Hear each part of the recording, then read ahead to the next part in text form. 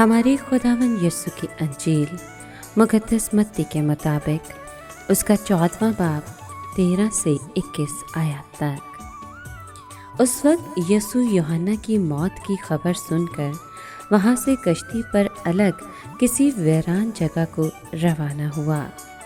और जब हजूम ने सुना तो वो शहरों से पैदल उसके पीछे गया, और उसने उतरकर एक बड़ा हजूम देखा और उसे उन पर तरस आया, और उसने उनके बीमारों को शिफा बख्शी।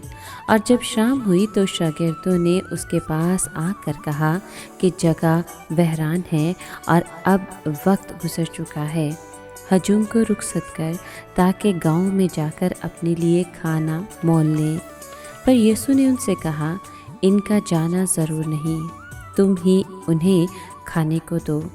मगर उन्होंने उससे कहा कि यहाँ हमारे पास 5 रोटियों और 2 मछलियों के सिवा और कुछ नहीं।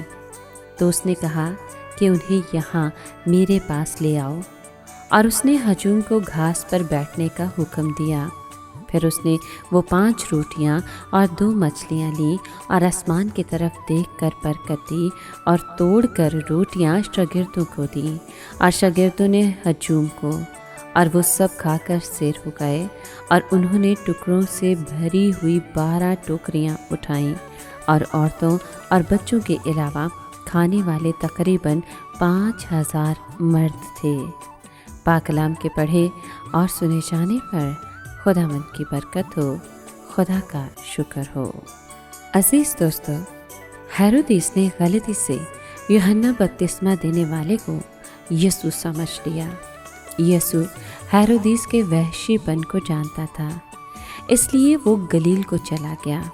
वो तन्हा रहना चाहता था, लेकिन जल्द ही लोगों की भीड़ उसके गिर्द जमा हो गई। उसने बीमारों को शिफा बख्शी और उन्हें निजात की खुशखबरी सुनाई। लोगों को वापस भेजने से पहले उसने उन्हें खाना खिलाया। उसने ना सिर्फ उनकी रूहों की फ़िक्र की बल्कि उनके बदनों की भी फ़िक्र की।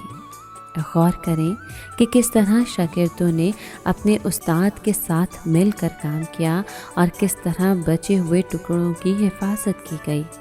सिर्फ यही एक ऐसा मौजज़ा है जो कि चारों अनाजील में दर्ज है। यूहन्ना की अंजील में इस मौजज़े के फ़ौरन बाद ज़िंदगी की रोटी का पैगाम आता है, और उसमें इस मौजज़े के मायने बयान किए गए हैं। यीशु ज़िंदगी की रोटी है। वो ना सिर्फ ज़िंदगी को कायम रखने वाला है बल्कि अपनी ज़िंदगी को देने वाला भी है। ये ज़रूरी है कि हम हर रोज़ मसीह के ज़िंदा कलाम को ईमान के वसीले से अपने दिलों में जगा दें, ताकि हमारी रूहों को ताज़गी मिलती रहे। आमीन।